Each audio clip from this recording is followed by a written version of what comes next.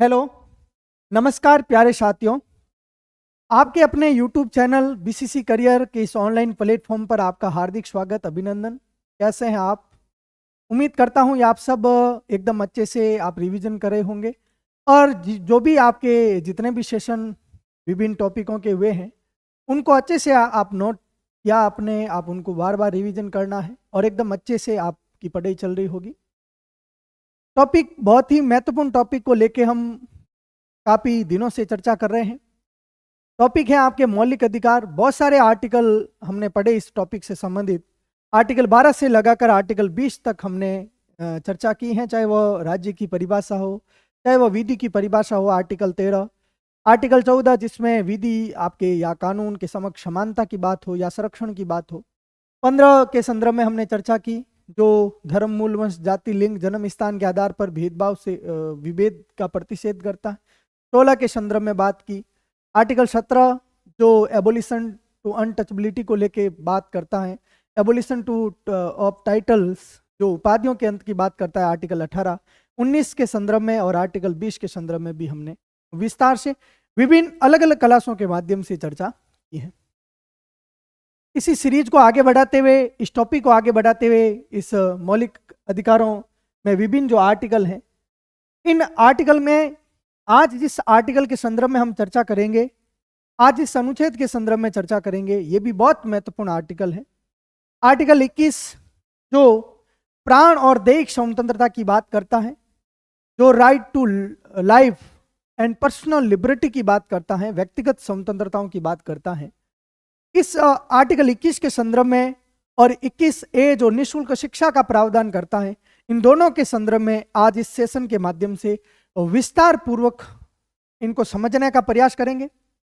और इस आर्टिकल 21 को लेकर क्या क्या डिस्प्यूट आए हैं भारत के सर्वोच्च न्यायालय के समक्ष, चाहे वह A.K. गोपालन वाद हो या चाहे मेनका गांधी वाद हो 1978 का, ये जो डिस्प्यूट भारत की सुप्रीम कोर्ट के समक्ष आए हैं और इन विवादों में भारत के सर्वोच्च न्यायालय ने इस आर्टिकल 21 के संदर्भ में क्या क्या व्याख्याएं की हैं, क्या क्या उन्होंने निर्णय दिए हैं और कब कब भारत के सर्वोच्च न्यायालय ने इस आर्टिकल 21 की व्याख्या करते हुए इसके क्षेत्र में, इस आर्टिकल 21 की परिधि में विस्तार किया है और कुछ और पर्सनल लिबर्टी को इस आर्टिकल 21 में जोड़ने का काम उन्होंने किया है। तो कौन कौन सी व्यक्तिगत स्वतंत्रताएं भारत के सर्वोच्च न्यायालय के द्वारा जोड़ी गई, उन स्वतंत्रताओं के संदर्भ में भी विस्तार से चर्चा करेंगे।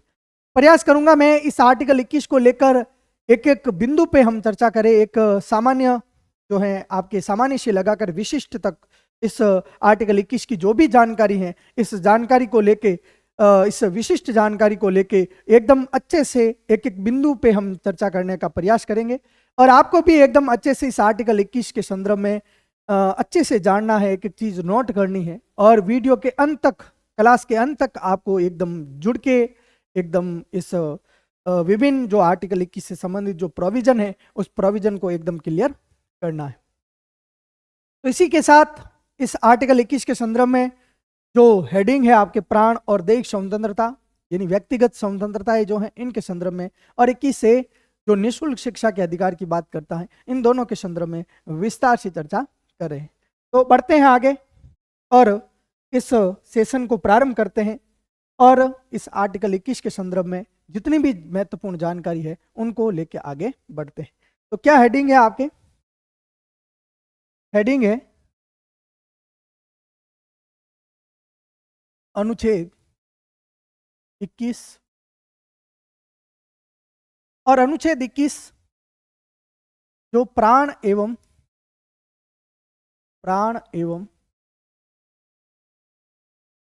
दैहिक स्वतंत्रता, प्राण एवं दैहिक स्वतंत्रता के संदर्भ में संवैधानिक प्रावधान करता है। प्राण और दैहिक स्वतंत्रता के साथ जो पर्सनल लिबर्टी है, व्यक्तिगत स्वतंत्रताएं,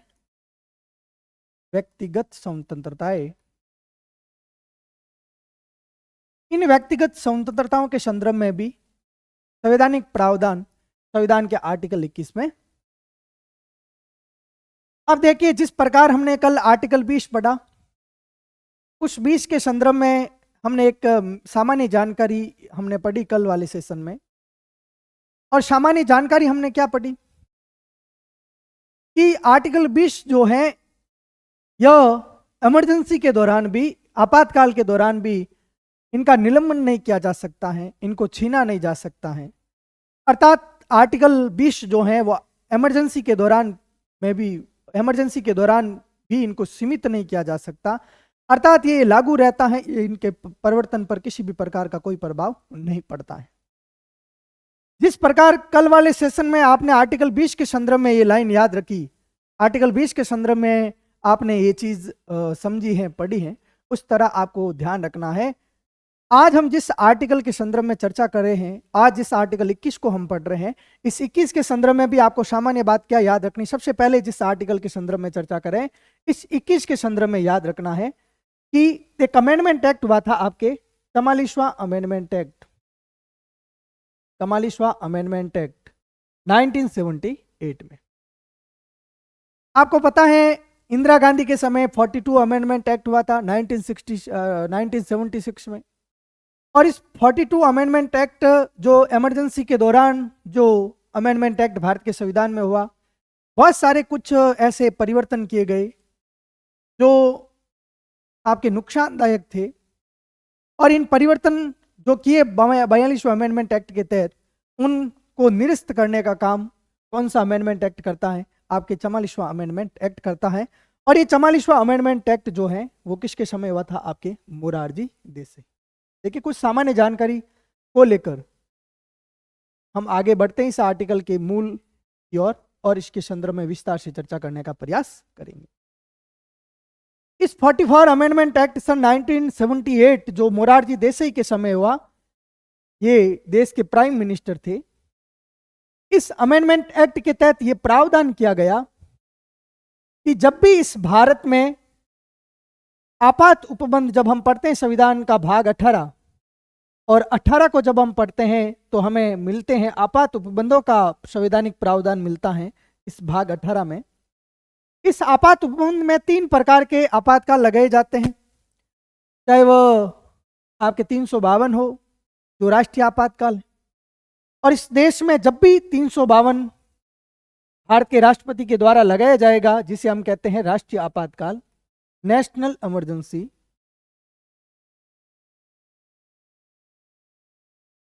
तो इस राष्ट्रीय आपातकाल के दौरान या राष्ट्रपति के द्वारा जब भी ये धारा 352 लगाई जाएगी तो क्या इस आर्टिकल 21 का निलंबन होगा? यही प्रश्न है। सबसे पहले इस प्रश्न को हम समझने का प्रयास करते हैं। तो ये 44वां अमेंडमेंट एक्ट ये कहता है, जो मोरारजी देसाई के समय हुआ था 1978 में, कि आपातकाल के दौरान भी या इस देश में युद्ध, बाह्य आक्रमण और सशस्त्र विद्रोह के कारण भारत के राष्ट्रपति ने आपके नेशनल इमरजेंसी की उद्घोषणा की है, तो इस राष्ट्रीय आपातकाल के दौरान भी इस आर्टिकल 21 का निलंबन नहीं होगा। मोस्ट इंपॉर्टेंट आपको ध्यान रखना है, आर्टिकल 21 का निलंबन नहीं। तो कल वाले वीडियो में हमने कल वाले सेशन में हमने पढ़ा कि आर्टिकल 20 का भी निलंबन नहीं होता है, और आज वाले सेशन को हम पढ़ने से पहले सामान्य जानकारी आपके दिमाग में रखनी है कि आर्टिकल 21 का भी निलंबन नहीं किया जा सकता। और इसका संवैधानिक प्रावधान कौन सा अमेंडमेंट एक्ट करता है? 44वां अमेंडमेंट एक्ट करता है। जब इस आपात उपबंधों को हम पढ़ते हैं और इस आपात उपबंधों के जो संवैधानिक प्रोविजन है उनको जब हम पढ़ते हैं, तो उस समय इस प्रोविजनों को पढ़ते हुए जब आगे बढ़ते हैं तो एक संविधान में इस आपात उपबंध वाले भाग, इस भाग 18 में एक आर्टिकल है 359, और इसी आर्टिकल 359 का प्रयोग करते हुए भारत का राष्ट्रपति जो हमारे फंडामेंटल राइट्स हैं, उन फंडामेंटल राइट्स का क्या करता है? निलंबन करता है। लेकिन यह जो आर्टिकल 21 जिनके संदर्भ में आगे हम विस्तार पूर्वक पढ़ेंगे, क्या यह आर्टिकल 21 इस 359 की परिधि में है? क्या राष्ट्रपति जब भी इस 359 का प्रयोग करेगा तो ये आर्टिकल 21 जो है इसका निलंबन हो जाएगा? नहीं। आपको क्या ध्यान रखना है, आर्टिकल 21 359 जो आर्टिकल है, आर्टिकल 359 है, इन 359 की परिधि से क्या है? बाहर है। इसके संदर्भ में ये सामान्य जानकारी इस आर्टिकल 21 के संदर्भ में क्या रखनी है? याद रखनी है। तो आर्टिकल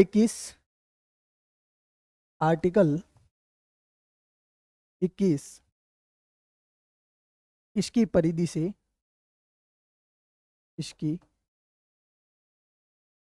परिधि से बाहर, परिधि से क्या है 359, ये भी आपको ध्यान रखना है। जो हमारे फंडामेंटल राइट्स हैं, उन फंडामेंटल राइट्स का क्या हो जाता है, निलंबन हो जाता है। इसका प्रयोग जब भी राष्ट्रपति करता है, जब भी इस देश में नेशनल इमरजेंसी लगती है, तो नेशनल इमरजेंसी के लगते ही आर्टिकल 352 तो प्रभाव में आता ही आता है, लेकिन इसके साथ आर्टिकल 359 भी प्रभाव में आता है।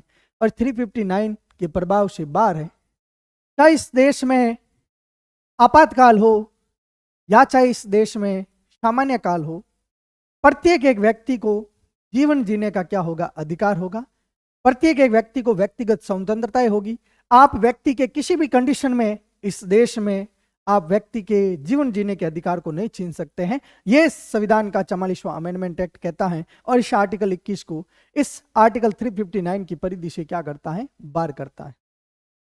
भले ही लगो ना देश में इमरजेंसी, लेकिन आप व्यक्ति के जीवन जीने के अधिकार को नहीं छीन सकते। व्यक्ति के लिए सबसे महत्वपूर्ण क्या है, उनका जीवन, उनकी लाइफ, उनकी पर्सनल लिबर्टी, वो उनके पास होनी चाहिए।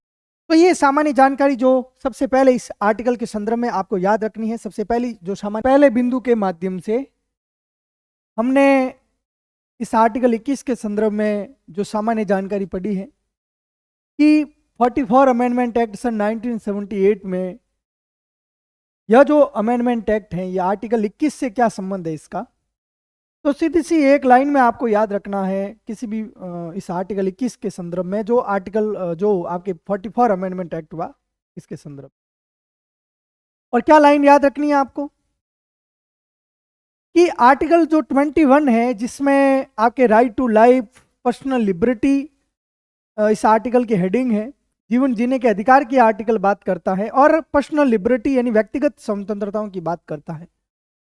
और ये जो आर्टिकल 21 है, यह आर्टिकल 359 जो है, जो मौलिक अधिकारों के निलंबन की बात करता है, फंडामेंटल राइट्स के निलंबन की बात करता है। लेकिन सभी मौलिक अधिकारों का निलंबन होता है। कल वाला आर्टिकल हमने पढ़ा आर्टिकल 20, और आज हम पढ़ रहे हैं आर्टिकल 21। इन दोनों आर्टिकलों का निलंबन इमरजेंसी के दौरान, नेशनल इमरजेंसी के दौरान आर्टिकल 352 जब लगता है, उस समय इनका जो है आपके निलंबन नहीं होता है। ये पहला बिंदु, ये पहली सामान्य जानकारी इसके संदर्भ में आपको याद रखना है आर्टिकल 21 के। दूसरी क्या बात है जो आर्टिकल 21 के संदर्भ में इंपॉर्टेंट है, जो आपको पहले याद रखनी है आर्टिकल, इस आर्टिकल की मूल जो प्रोविजन है उनको पढ़ने से पहले दूसरा प्रोविजन, दूसरी सामान्य जानकारी भी इस दूसरे बिंदु के माध्यम से समझने का प्रयास करते हैं। दूसरी जानकारी है कि जिस आर्टिकल 21 के संदर्भ में हम बात कर रहे हैं, जीवन जीने के अधिकार के संदर्भ में हम बात कर रहे हैं, क्या ये आर्टिकल, क्या ये फंडामेंटल राइट्स जो हैं केवल भारतीय नागरिकों को प्राप्त है या सभी व्यक्तियों को प्राप्त है? क्या इस देश में जीवन जीने का अधिकार केवल भारतीय नागरिकों को है? क्या यहाँ पे पर्सनल लिबर्टी जो है, व्यक्तिगत स्वतंत्रताएं, जो जितनी भी आगे हम लिस्ट पढ़ेंगे, लिस्ट के माध्यम से सुप्रीम कोर्ट ने अलग अलग समय में अलग अलग व्याख्याएं की हैं, और बहुत सारे केस, एक लिस्ट सुप्रीम कोर्ट के सामने है, उस लिस्ट को हम पढ़ेंगे। क्या ये सारी जो पर्सनल लिबर्टी है, क्या यह केवल भारतीय नागरिकों को प्राप्त है? तो आपको ये चीज हर एक आर्टिकल में हमने इसको समझने का प्रयास किया, और आपको यहाँ पर भी समझना है कि जिस आर्टिकल 21 की हम बात कर रहे हैं, जिस राइट टू लाइफ की हम बात कर रहे हैं, जीवन जीने के अधिकार की हम बात कर रहे हैं, राइट टू लाइफ, और जिन पर्सनल लिबर्टी की हम बात कर रहे हैं, पर्सनल लिबर्टी की यानी व्यक्तिगत स्वतंत्रताओं की बात करें, ये जो जीवन जीने का अधिकार है और ये जो व्यक्तिगत स्वतंत्रताएं हैं, ये केवल भारतीय नागरिकों को प्राप्त नहीं बल्कि सभी लोगों के लिए हैं। ये अधिकार, ये अधिकार केवल भारतीय नागरिकों को, केवल भारतीय नागरिकों को ही नहीं बल्कि सभी व्यक्तियों को प्राप्त है।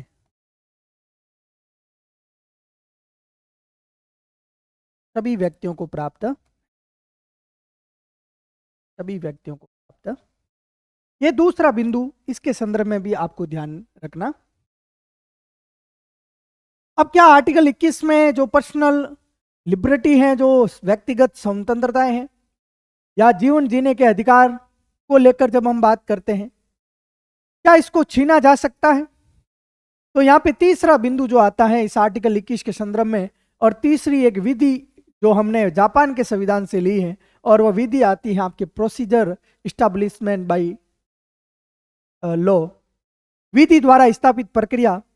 और इस विधि द्वारा स्थापित प्रक्रिया के द्वारा किसी भी व्यक्ति के जीवन जीने के अधिकार को या किसी भी व्यक्ति की व्यक्तिगत स्वतंत्रता को छीना जा सकता। अन्यथा यह आर्टिकल 21 कहता है कि इस विधि द्वारा स्थापित प्रक्रिया के अलावा आप सीधे ही किसी भी व्यक्ति के जीवन जीने के अधिकार को और उनकी जो व्यक्तिगत स्वतंत्रताएं हैं उनको नहीं छीना जा सकता है। तो इसका तात्पर्य क्या हुआ? आप ये भी कह सकते हैं कि जिस विधि द्वारा स्थापित प्रक्रिया को हमने जापान के संविधान से लिया, और ये जो अवधारणा है, ये जो प्रक्रिया है, इस प्रक्रिया का संवैधानिक प्रावधान भी किस आर्टिकल में है? आर्टिकल 21 में है। तो तीसरी मोस्ट इंपोर्टेंट बात आपको इस आर्टिकल के संदर्भ में क्या याद रखनी है? तीसरी बात, तीसरा बिंदु जो क्या है वो विधि द्वारा स्थापित प्रक्रिया के द्वारा, विधि द्वारा स्थापित प्रक्रिया, विधि द्वारा स्थापित प्रक्रिया के द्वारा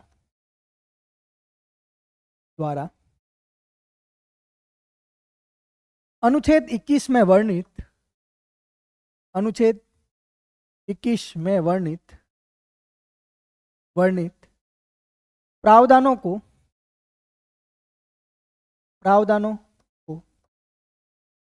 छीना जा सकता, छीना या सीमित किया जा सकता, सीमित किया जा सकता।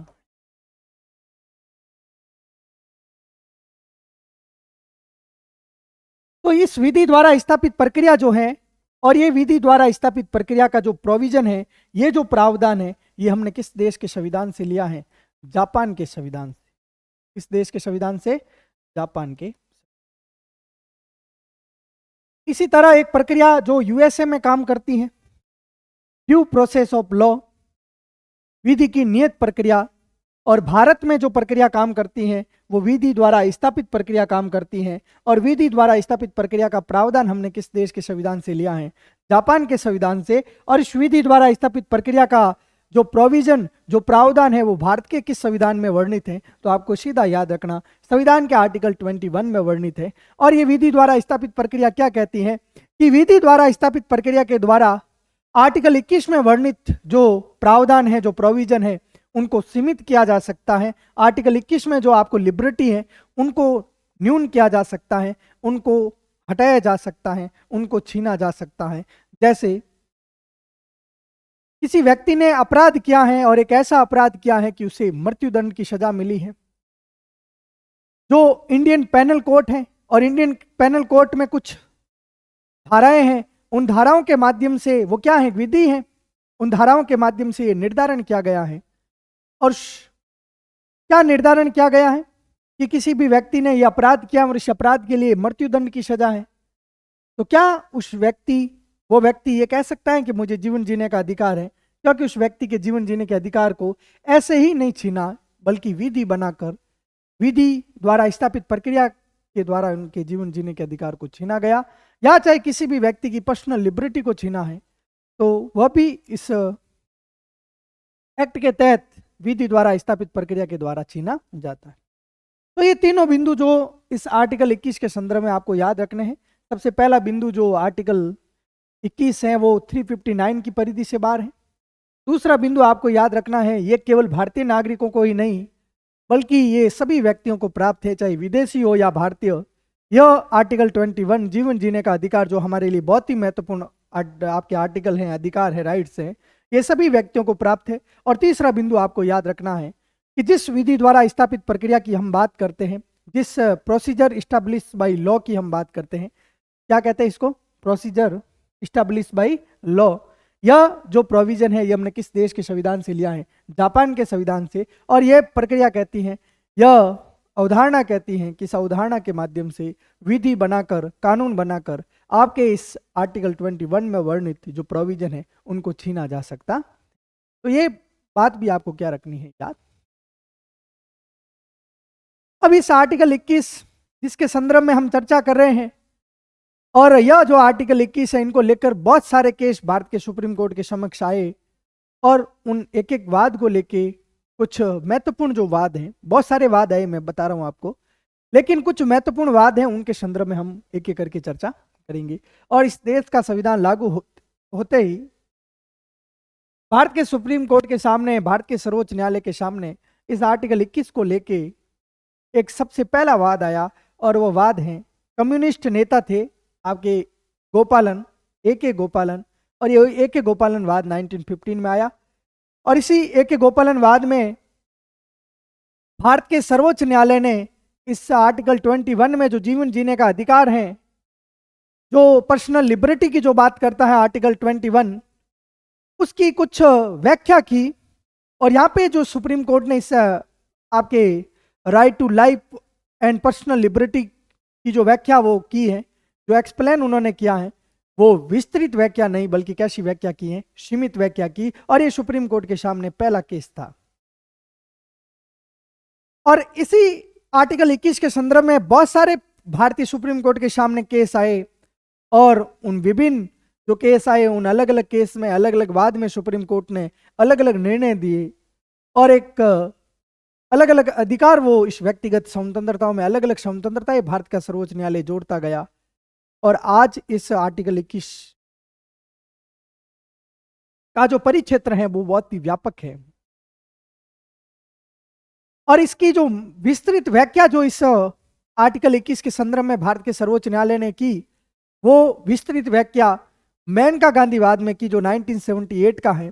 और इस मेनका गांधीवाद में भारत के सर्वोच्च न्यायालय ने इस जीवन जीने के अधिकार की विस्तृत व्याख्या की कि जीवन जीने के अधिकार का सही तात्पर्य क्या है, सही मायने में इसका क्या अर्थ है।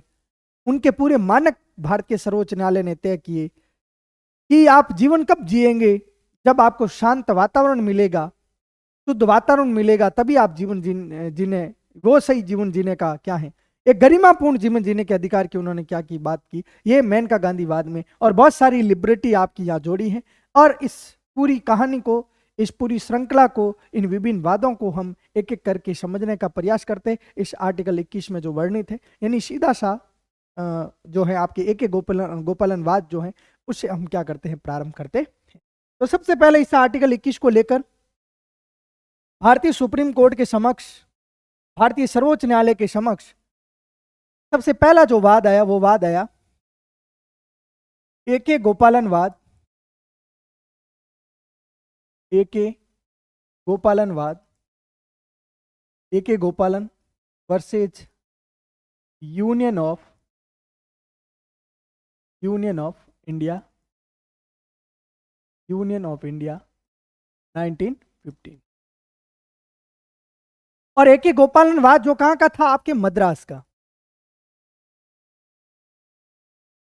और इस ए.के. गोपालन वाद में क्या वाद भारत के सर्वोच्च न्यायालय के समक्ष आया, क्या ऐसा वाद था, क्या ए.के. गोपालन वाद ने किस आधार पे उन्होंने कहा कि मेरे आर्टिकल 21 का उल्लंघन हो रहा है, मेरे जो मौलिक अधिकार हैं उन मौलिक अधिकारों का आप उल्लंघन कर रहे हैं, किस आधार पर कहा गया। ए.के. गोपालन वाद के संदर्भ में इनके संदर्भ में हम बात करें तो ए.के. गोपालन जो थे ये कम्युनिस्ट नेता थे। सबसे पहली बात तो आपको क्या याद रखनी, कम्युनिस्ट नेता। और कुछ आरोप इन पे लगे थे, और इन आरोपों के कारण 1947 में इनको क्या हो जाती है, जेल हो जाती है।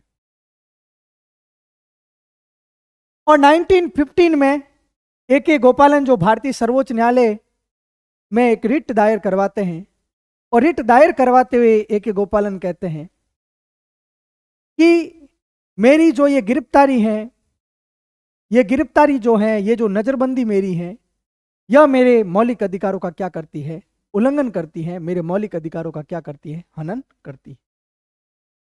और ए.के. गोपालन वाद में A.K. गोपालन जो है, इन्होंने किस अधिनियम के खिलाफ इन्होंने यह सुप्रीम कोर्ट में केस दर्ज करवाया, और वह अधिनियम था निवारक नजरबंदी अधिनियम 1915। तो सीधी सी बात है, 1915 में ही मद्रास के A.K. गोपालन जिन्होंने सुप्रीम कोर्ट में केस दायर करवाया, और वह केस किसके खिलाफ दायर करवाया, किस अधिनियम के खिलाफ दायर करवाया, तो आपको याद रखना है निवारक नजरबंदी अधिनियम। इसी 1915 में निवारक नजरबंदी अधिनियम 19, और इस निवारक नजरबंदी के खिलाफ इन्होंने केस दर्ज करवाया। जो प्रिवेंटिव डिटेंशन एक्ट जो है 1915 का, इसके खिलाफ इन्होंने क्या करवाया, केस दर्ज करवाया। कौन सा एक्ट है?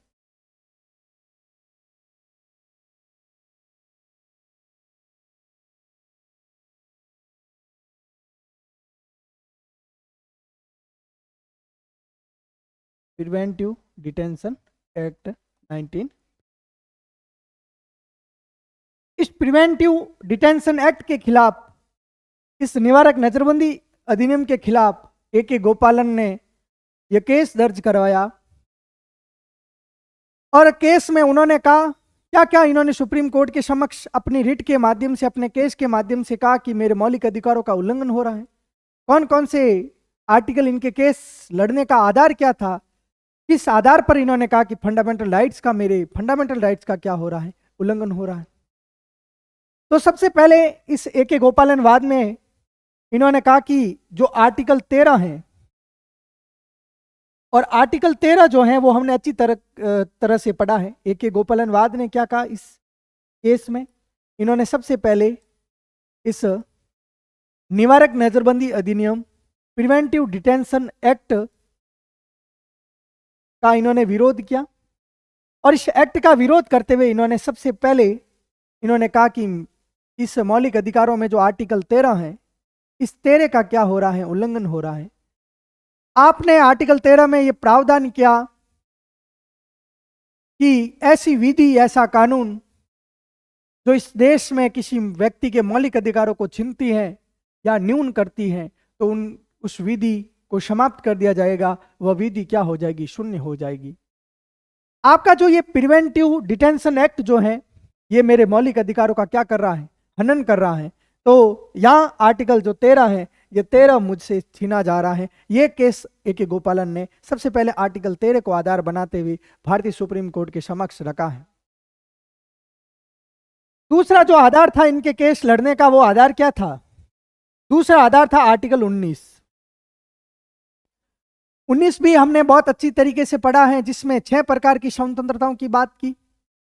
इन्होंने कहा कि मुझे जेल में डाल रखा है आपने, और जेल में आपने डाल रखा है, इसलिए मेरे जो घूमने की स्वतंत्रता है, मेरे भ्रमण करने की जो स्वतंत्रता है, वो आप मुझसे छीन रहे हैं, जो हमने पढ़ा आर्टिकल 19(1) घ में। तो ये इन्होंने 19 के आधार पर केस दर्ज करवाया। इन्होंने केस दर्ज करवाया किस आर्टिकल को लेकर? आर्टिकल 21 को लेकर कि मेरे 21 का उल्लंघन हो रहा है। और A.K. गोपालन वाद में A.K. गोपालन ने सुप्रीम कोर्ट से कहा कि मेरी जो पर्सनल लिबर्टी है, मेरी कुछ व्यक्तिगत स्वतंत्रताएं हैं, वो व्यक्तिगत स्वतंत्रताएं मुझसे छीनी जा रही हैं। ये भी एक मौलिक अधिकारों का क्या है, उल्लंघन है।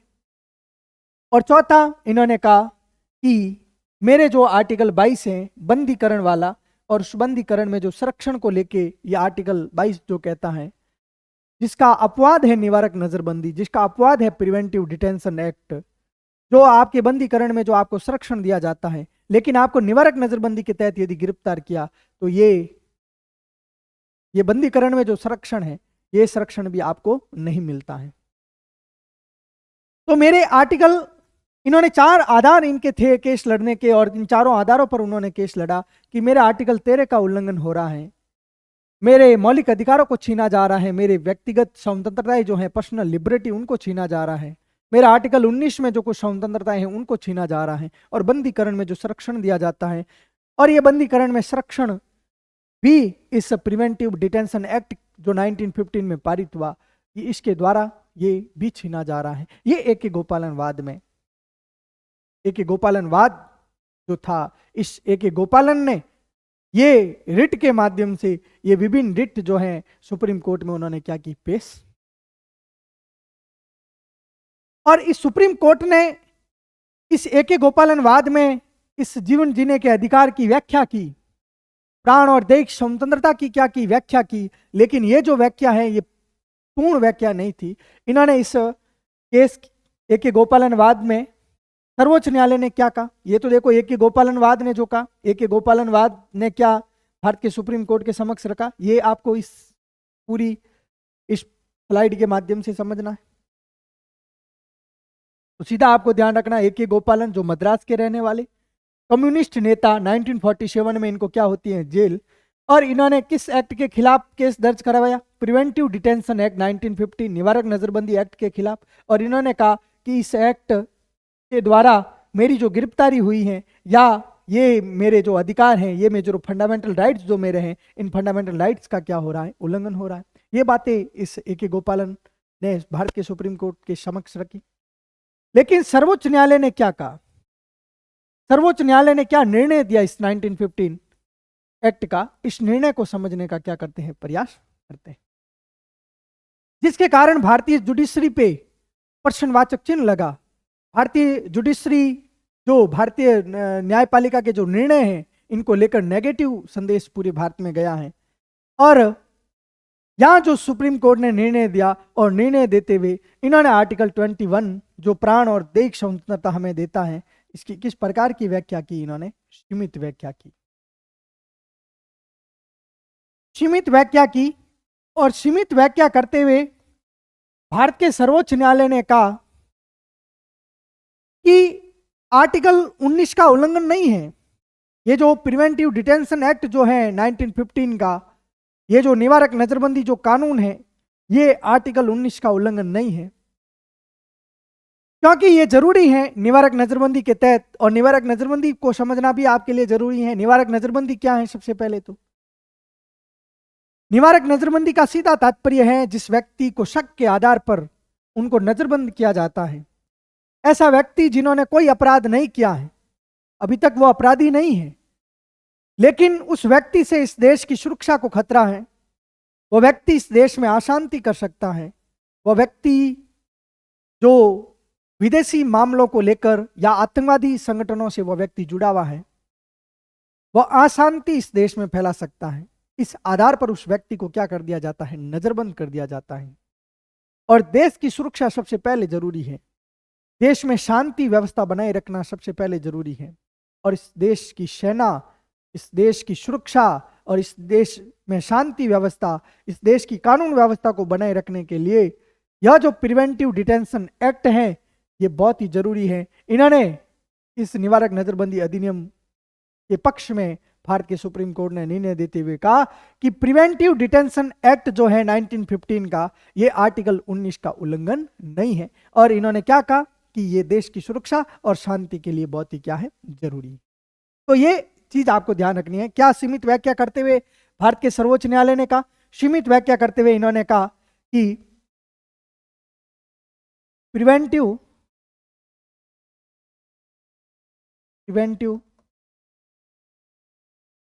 डिटेंशन एक्ट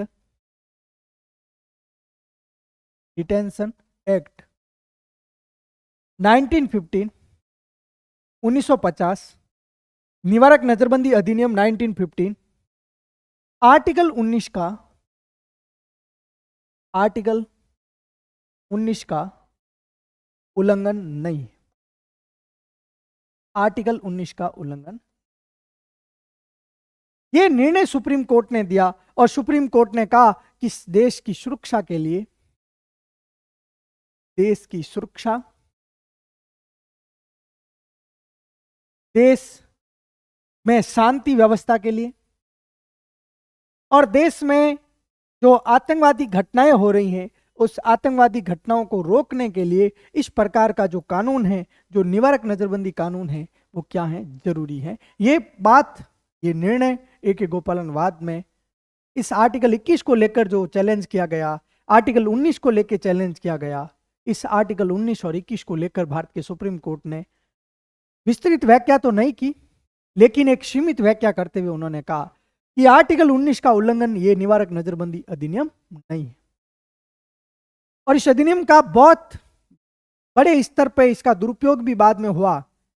यही अधिनियम, निवारक नजरबंदी अधिनियम, इस एक्ट के माध्यम से बहुत सारे एक्ट इस भारत में आए।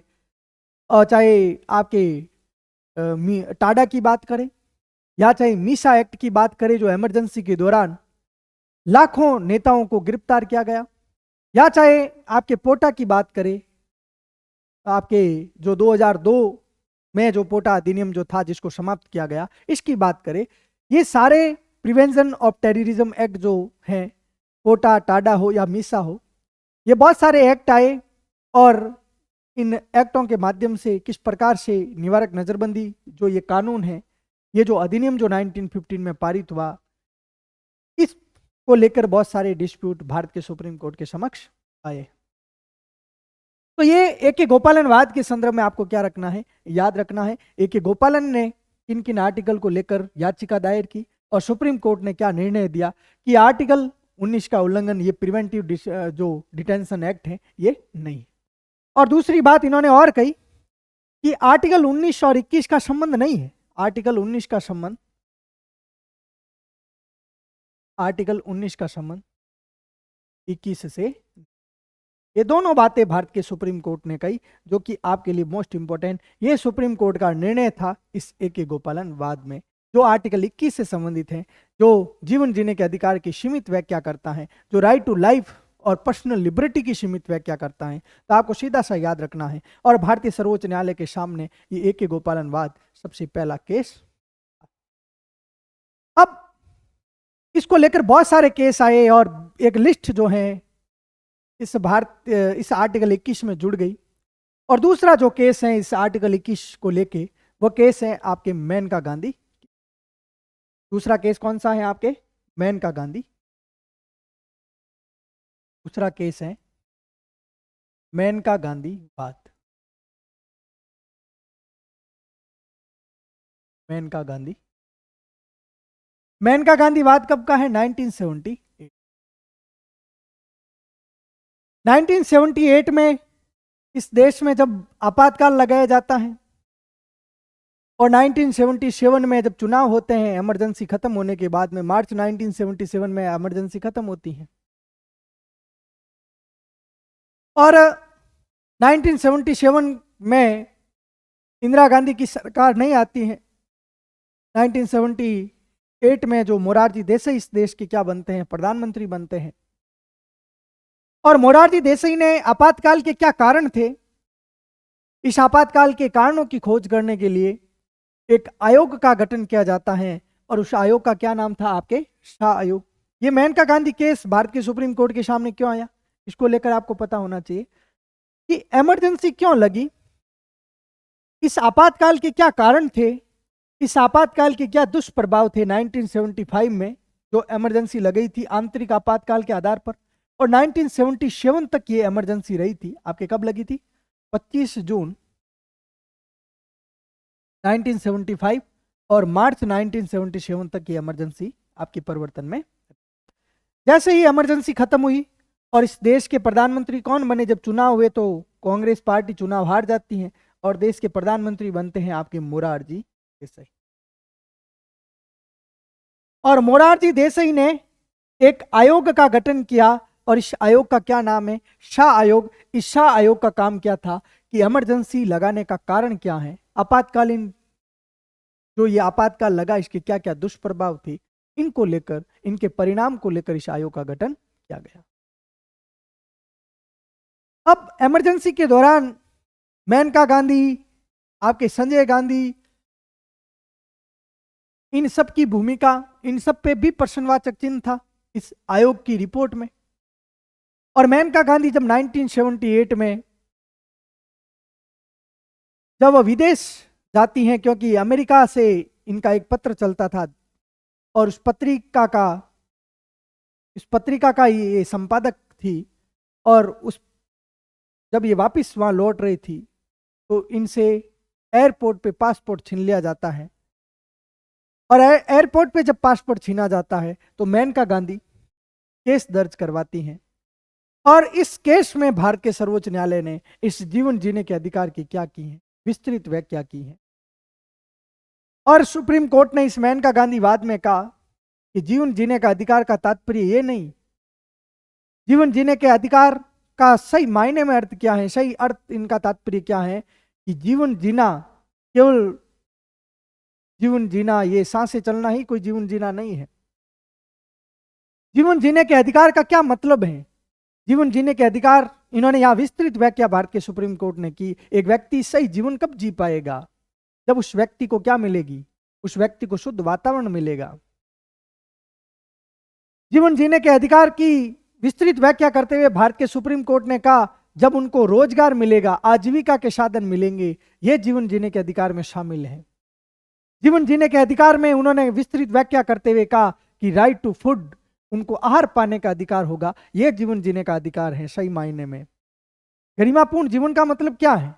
वह व्यक्ति जिनको चिकित्सा सुविधा प्राप्त करने का, निःशुल्क चिकित्सा सुविधा प्राप्त करने का अधिकार होगा, यह जीवन जीने का अधिकार है, यह गरिमापूर्ण जीवन है। एक व्यक्ति जिनको जो शिक्षा जो नहीं प्राप्त कर पा रहा है, उनकी कंडीशन नहीं है भारत में निःशुल्क शिक्षा प्राप्त करना, यह गरिमापूर्ण जीवन जीने के अधिकार के अंतर्गत आता है। एक व्यक्ति जो जिनको भ्रमण करने का अधिकार है, विदेश जाने का अधिकार है, यह गरिमापूर्ण जीवन जीने के अधिकार में शामिल है। निजता का अधिकार हो, चाहे राइट टू प्राइवेसी हो, यानी एक विस्तृत व्याख्या भारत के सुप्रीम कोर्ट ने की है। और बहुत छोटे केस और बड़े केस भारत के सुप्रीम कोर्ट के सामने आए। तो इस मेनका गांधी वाद में आपको ध्यान रखना है कि जो मेनका गांधी जिनसे पासपोर्ट छीन लिया जाता है, और इस मेनका गांधी ने भारत के सर्वोच्च न्यायालय में क्या दर्ज करवाया, केस दर्ज करवाया। और इस केस में भारत के सुप्रीम कोर्ट ने इस आर्टिकल 21 की क्या की है, विस्तृत व्याख्या। आर्टिकल 21 की विस्तृत व्याख्या। सीमित व्याख्या कहां की? ए.के. गोपालन वाद में। और ए.के. गोपालन वाद में सीमित व्याख्या करते हुए क्या कहा? उस निवारक नजरबंदी अधिनियम को भारत के सर्वोच्च न्यायालय ने सही ठहराया और कहा यह आर्टिकल 19 का उल्लंघन नहीं है। इसमें विस्तृत व्याख्या करते हुए कहा कि व्यक्ति के जीवन जीने का अधिकार में इन्होंने कहा गरिमापूर्ण जीवन, इस प्रकार का जीवन जीना, गरिमापूर्ण जीवन जीना, जीवन जीने का अधिकार हो।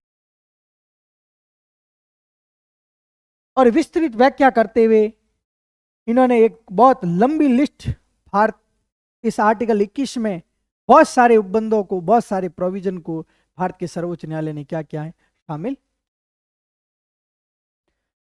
चाहे वो आपके शांत रहने का अधिकार हो, या आहार पाने का अधिकार हो, चाहे मनपसंद विवाह करने का अधिकार हो, मां बनने का अधिकार हो, सतत विकास की बात हो, या निःशुल्क कानूनी सहायता पाने का अधिकार हो, इस प्रकार की बहुत सारी पर्सनल लिबर्टी जो है, उस पर्सनल लिबर्टी को विस्तृत व्याख्या करते हुए भारत के सुप्रीम कोर्ट ने इसमें क्या किया गया, शामिल। तो ये मेनका गांधी केस के संदर्भ में भी आपको क्या रखना है, याद रखना है। अब एक लिस्ट के माध्यम से हम समझने का, कुछ केस है, उस जो केस उनके लिए प्रॉपर जो केस है, उन केस का नाम लिखते हुए इस आर्टिकल 21 में वर्णित उस लिस्ट को पढ़ते हैं कि एक व्यक्ति को इस 21 में, इस जीवन जीने के अधिकार में, इस प्राण और देह स्वतंत्रता के अधिकार में कौन कौन से अधिकार शामिल हैं, कौन कौन सी पर्सनल लिबर्टी इसमें शामिल है, इनको लेकर हम आगे बढ़ते। तो ये मेनका गांधी के संदर्भ में भी आपको याद रखना 1978 का ये केस है, और यहाँ पे भारत के सर्वोच्च न्यायालय ने विस्तृत व्याख्या की, और यहाँ पे गरिमापूर्ण जीवन जीने के अधिकार की इन्होंने बात।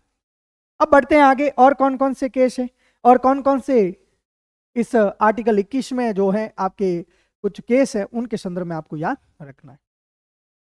तो एक केस है आपके पटवारियों का केस, कुछ केस हैं, कुछ महत्वपूर्ण बात, कुछ महत्वपूर्ण बात। और इस पटवारियों के केस में कौन सा केस है? एक तो पटवारियों का केस आया भारत के सुप्रीम कोर्ट के सामने, और एक केस आया आपके मजदूर यूनियन का, मजदूर। इन दोनों केस में भारत के सुप्रीम कोर्ट ने इस जीवन जीने के अधिकार में किनको शामिल किया? इस जीवन जीने के अधिकार में इस आर्टिकल 21 में इन दोनों को दोनों केस के माध्यम से भारत के सुप्रीम कोर्ट ने शामिल किया कि प्रत्येक व्यक्ति को आजीविका व रोजगार प्राप्त करना, आजीविका व रोजगार प्राप्त करने की स्वतंत्रता या अधिकार।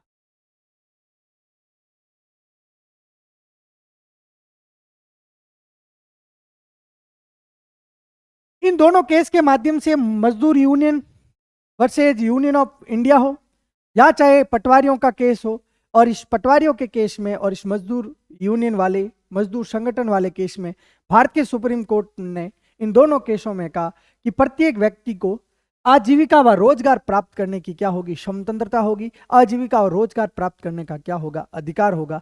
और इस आजीविका को प्राप्त करने के अधिकार को भारत के किस आर्टिकल में शामिल कर दिया, आर्टिकल 21 में क्या कर दिया, शामिल कर दिया। इनको प्राण व दैहिक स्वतंत्रता के अधीन क्या कर दिया, शामिल कर। अब देखिए और कौन कौन से केस हैं। एक केस है आपके सतवंत सिंह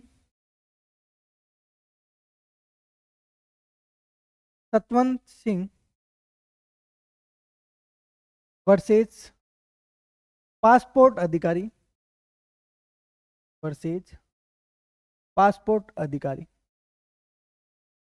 और सतवंत सिंह और वर्सेज पासपोर्ट अधिकारी में भारत के सुप्रीम कोर्ट ने विदेश जाने के अधिकार को भी किस अधिकार में शामिल कर दिया, किस आर्टिकल में शामिल कर दिया, आर्टिकल 21 में शामिल कर दिया।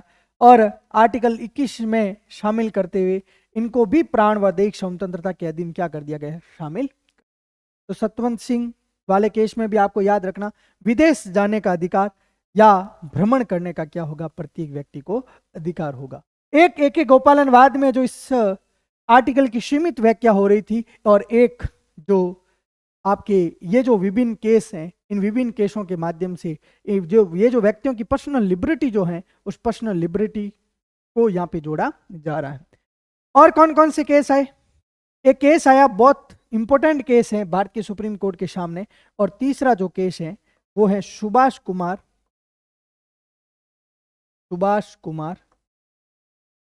Versus union of India.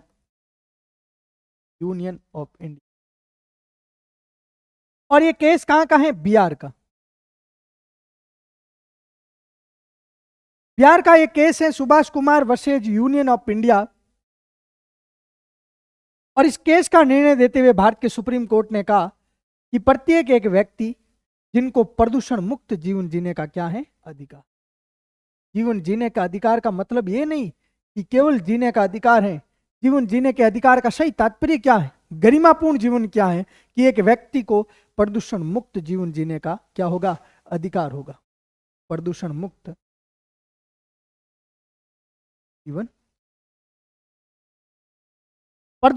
जीवन जीने का अधिकार होगा। और यह अभी निर्धारण कब किया गया, Subhash Kumar versus union of India. और ये केस कहाँ का है, बिहार का है। और इसमें प्रदूषण मुक्त जीवन जीने के अधिकार को भी आर्टिकल 21 की परिधि में क्या कर दिया, शामिल कर दिया। और बहुत सारे केस हैं, एक एक करके हम इनको समझने का प्रयास करते हैं। एक केस है आपके कंज्यूमर रिसर्च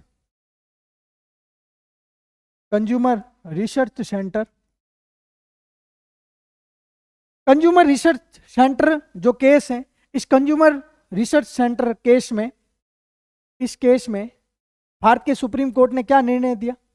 इस केस में भारत के सर्वोच्च न्यायालय ने निर्णय देते हुए कहा कि प्रत्येक व्यक्ति को स्वास्थ्य व चिकित्सा सहायता प्राप्त करने का क्या होगा, अधिकार होगा। इस केस में क्या बात की, स्वास्थ्य व चिकित्सा सहायता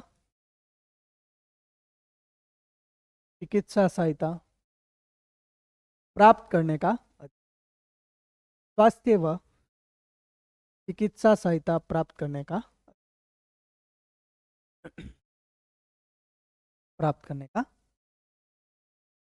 एक केस आया चमेली सिंह वर्सेज यूपी। यहां आश्रय पाने के अधिकार को भी इस आर्टिकल में क्या कर दिया गया, शामिल कर दिया गया। कौन सा केस है, चमेली सिंह और ये केस कहाँ का है? आपके यूपी का। और इसमें आश्रय पाने का अधिकार, जनजातियों को लेकर ये केस था, आश्रय पाने का, आश्रय पाने का, जनजातियों को लेकर केस। कहाँ का केस है? ये यूपी का। और इस केस में भी भारत के सुप्रीम कोर्ट ने आश्रय पाने के अधिकार को भी इसमें शामिल कर दिया। आपके इस आर्टिकल 21 की परिधि में इनको क्या कर दिया? शामिल कर दिया। जैसे ये केस है PUC, ये जो केस है, इस केस के माध्यम से जो है आपके राइट टू फूड,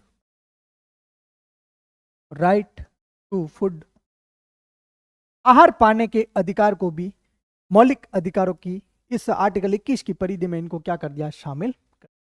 तो PUCN वाला जो केस है आपके, इस केस में भी जो राइट टू फूड है, आहार पाने के अधिकार को भी मौलिक अधिकार इस आर्टिकल 21 में इनको क्या कर दिया गया?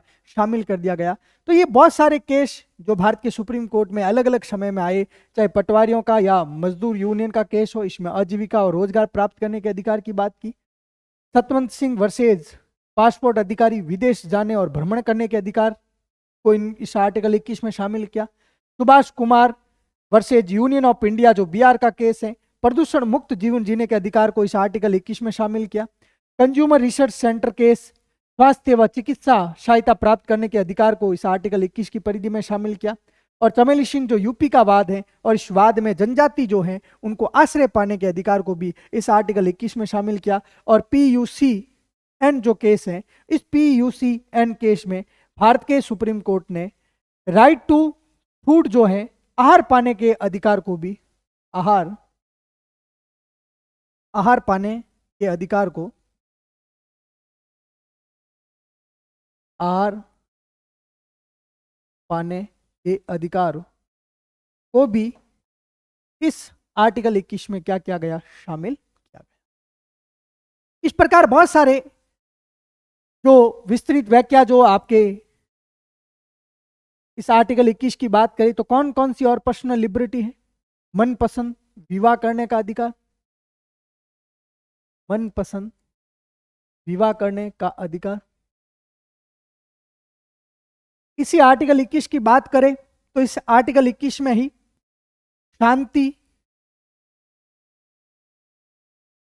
शांतिपूर्वक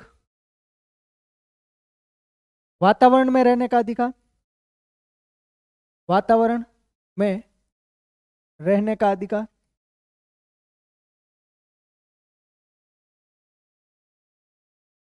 इसी आर्टिकल 21 की बात करें तो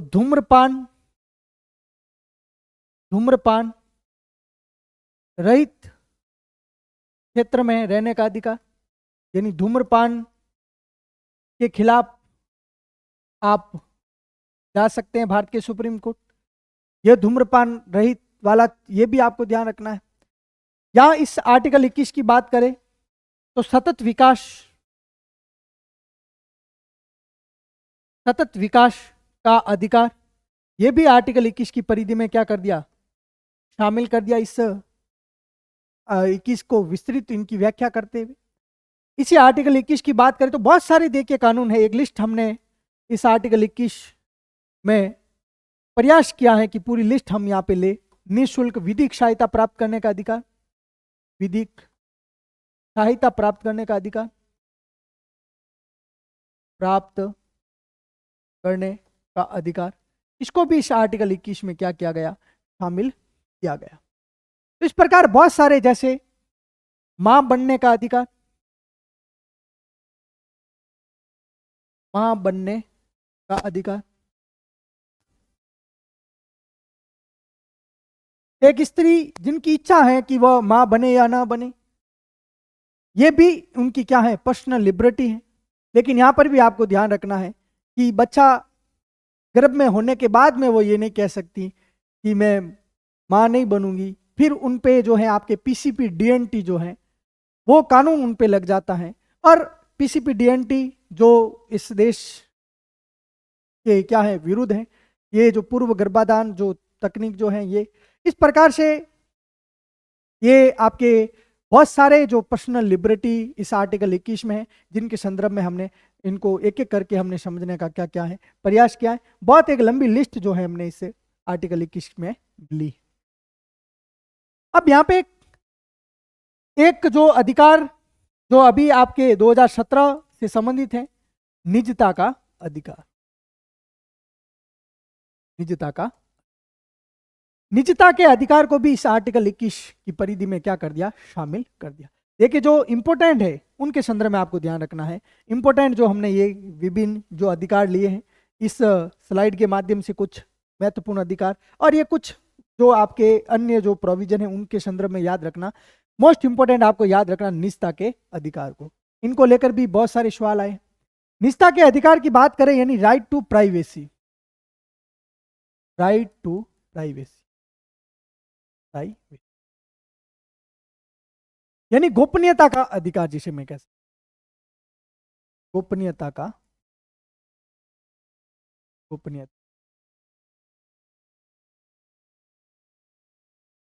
आपने किसी व्यक्ति की निजता का उल्लंघन किया है, फोन टैप वगैरह कुछ भी, बहुत सारी आपकी निजता है और निजता का उल्लंघन आपने किया है, तो ये भी आर्टिकल 21 में शामिल है और ये मौलिक अधिकारों का क्या माना जाएगा, उल्लंघन माना जाएगा और आपके खिलाफ जो है कार्रवाई की जा सकती है। तो निजता को लेकर भी जैसे आपके आधार जब विधेयक आया तो यहाँ पर भी कुछ केस दर्ज हुआ भारत इस सरकार के खिलाफ कि आधार कार्ड से हमारी निजता का हनन होगा।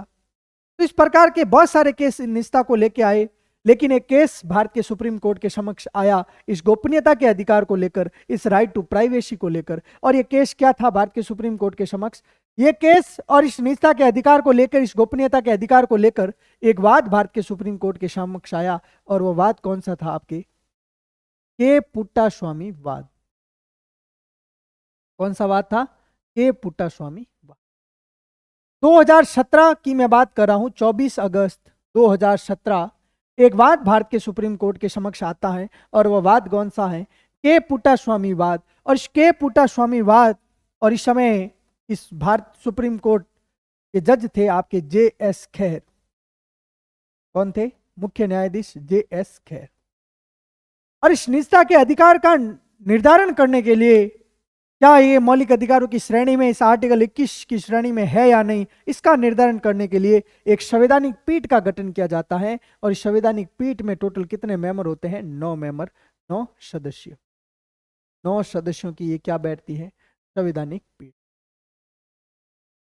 और 9 सदस्यों की संवैधानिक पीठ जो जे.एस. खेर के नेतृत्व में के पुट्टास्वामी वाद में 24 अगस्त 2017 को इस राइट टू प्राइवेसी को लेके भारत के सुप्रीम कोर्ट ने निर्णय दिया और निर्णय देते हुए कहा कि निजता का अधिकार, गोपनीयता का अधिकार भी आर्टिकल 21 की परिधि में क्या है? शामिल है। इस प्रकार भारत के सर्वोच्च न्यायालय ने अलग अलग समय में अलग अलग वाद के माध्यम से अलग अलग केस आए भारत के सुप्रीम कोर्ट के समक्ष और इन्होंने अलग अलग क्या की है? व्याख्याएं की है। इस निजता के अधिकार को भी आपको अच्छे से क्या करना है? समझना। तो सीधा सा आपको ध्यान रखना है निजता का अधिकार, राइट टू प्राइवेसी, और ये निजता का जो अधिकार है इसको लेकर कौन सा वाद भारत के सुप्रीम कोर्ट के सामने आया?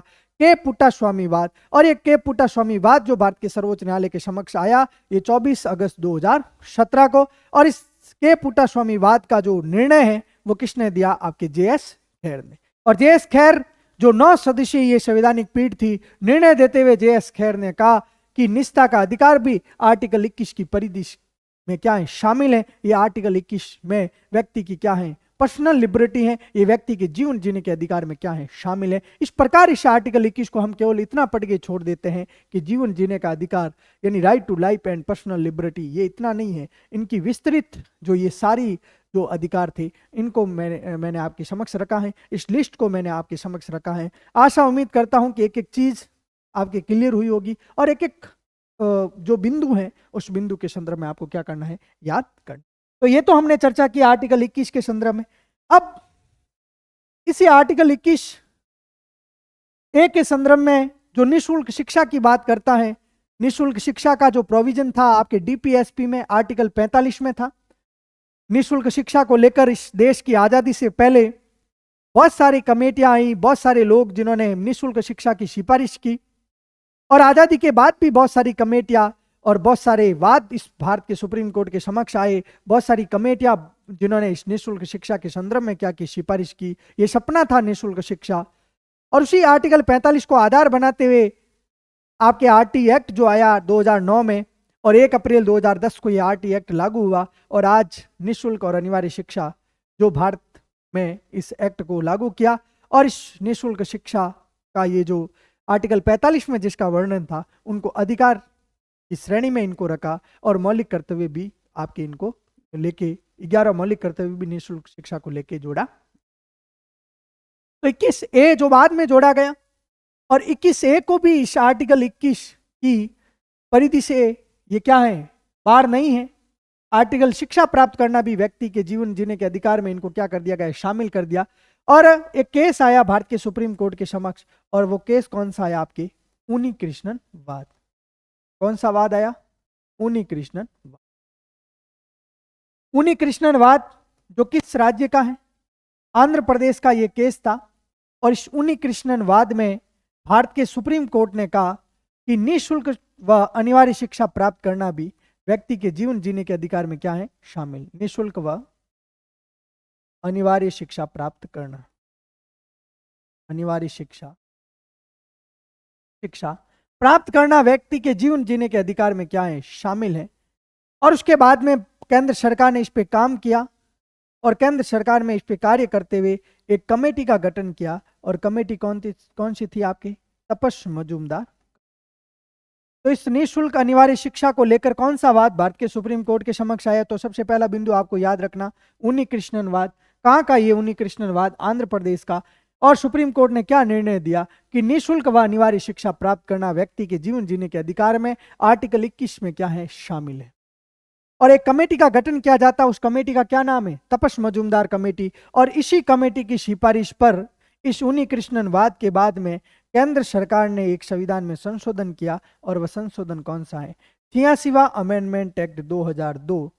और इस 86वें अमेंडमेंट एक्ट के तहत भारत के संविधान में कौन सा आर्टिकल जोड़ा, 21A।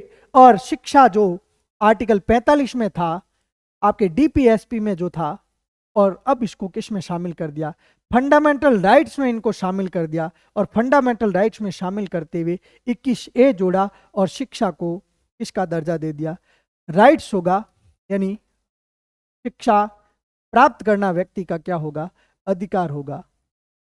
Right to education, RTE जो है, इसी शिक्षा के अधिकार को लेके 86वां अमेंडमेंट एक्ट 2002 में हुआ, और 21A जोड़ा गया। और इसी अमेंडमेंट एक्ट के तहत कौन सा मौलिक कर्तव्य जोड़ा गया, 11वां आपके फंडामेंटल ड्यूटीज। और 11वां मौलिक कर्तव्य जोड़ते हुए कहा कि 6 से 14 वर्ष के जो बालक हैं, इनको किस प्रकार की शिक्षा प्राप्त करने का अधिकार होगा, निःशुल्क शिक्षा प्राप्त करने के प्रावधान को जोड़ा। और इसी 21A पे काम करते हुए, इसी शिक्षा पे काम करते हुए भारत की संसद ने RTE एक्ट पारित किया, राइट टू एजुकेशन एक्ट। और ये एक्ट कब का है, 2009 का। और 1 अप्रैल 2010 को ये एक्ट क्या हो जाता है, मोस्ट इंपोर्टेंट आपको ध्यान रखना है। तो निःशुल्क शिक्षा प्राप्त करने का अधिकार भी इस आर्टिकल 21 की परिधि में क्या है, शामिल है। तो अब ये पूरी एक श्रृंखला जो हमने प्रारंभ की थी आपके AK गोपालन वाद से, जिन्होंने सीमित व्याख्या की, जिन्होंने प्रिवेंटिव डिटेंशन एक्ट को सही ठहराया और कहा कि आर्टिकल 19 का उल्लंघन नहीं है। उस पर्सनल लिबर्टी जो शब्द था, व्यक्तिगत स्वतंत्रताएं, वो व्यक्तिगत स्वतंत्रताएं कौन कौन सी होगी, इसको लेकर सुप्रीम कोर्ट में बहुत सारे केस आए, और उस केस के माध्यम से सर्वोच्च न्यायालय ने निर्णय दिए। आज भी यदि कोई केस भारत के सुप्रीम कोर्ट के समक्ष आता है, तो यह 21 में शामिल है या नहीं, इसका निर्धारण भारत का सर्वोच्च न्यायालय करता है।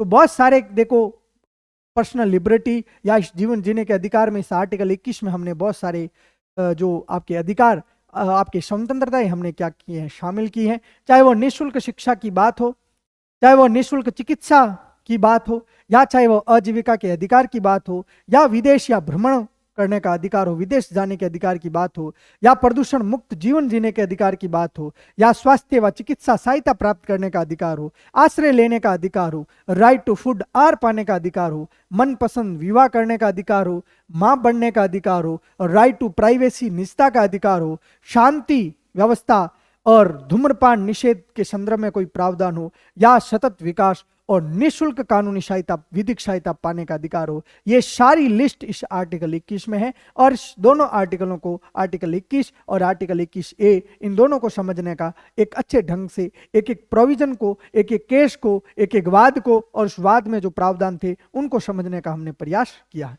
आशा उम्मीद करता हूं कि सारी चीजें आपके इस आर्टिकल 21 में क्लियर हुई होगी, और एक अच्छे से नोट करके एक एक बिंदु को, आज के बाद किसी भी प्रकार का डाउट इस आर्टिकल 21 को लेके आपको नहीं होना चाहिए। और कल एक नए आर्टिकल के साथ एक नए सेशन को हम एक नए सेशन के माध्यम से आर्टिकल 22 के संदर्भ में हम चर्चा करेंगे। आज के लिए इतना ही।